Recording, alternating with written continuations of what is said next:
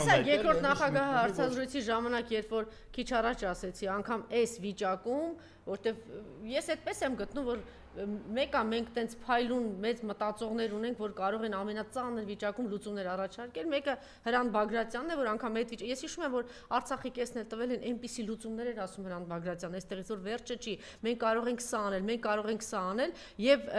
երեք առաջ օրն էլ լսում եմ այս միջանցքի հետ կապված, ինչ առաջարկներ արեց երկրորդ նախագահը, որ կարող ենք ճանապարհը երկարեցնել, որ դա կարող ենք երաշխիք լինել, Թրամփը կարող է լինել, եթե անգամ սա, այսինքն այս ամենածանր վիճակում էլ ինչ որ լուծում է ասում, եւ այս Խուժանին երբ որ առաջարկել են, էլի սուտ, ասելա դա $1 միլիարդի ծախս, $1 միլիարդ ծախսա, մենք դա չունենք ու բացատրեց, որ սուտ է, էլի, ասենք դե այս մասը ստի բիոսարկ է, Նիկոլը, Հոզորոչի շատ ճիշտ էր ասում, ու բացատրեց, որ մենք Վարդենիսի հետ Արցախի հետ ճանապարհը որ գցել ենք, ինչ արժեք է ունեցել եւ ինչքան պիտի ծախսենք, ասում է, եթե մի տարի դու պարգևավճար չտաս քո բոմժերին, այդ կարող ենք կառուցել։ Պատկերացնում եք, ասենք Խուժան 1 տարի ընդամենը դրանից, էլ չեմ ասում, որ ինչքան պարտքա բերում երկրի վրա, որ խոսում ենք երկիրը շենացնելու դիրքերից, պետությունը, բայց ինքը երկիրը քանդելու դիրքերից է խոսում։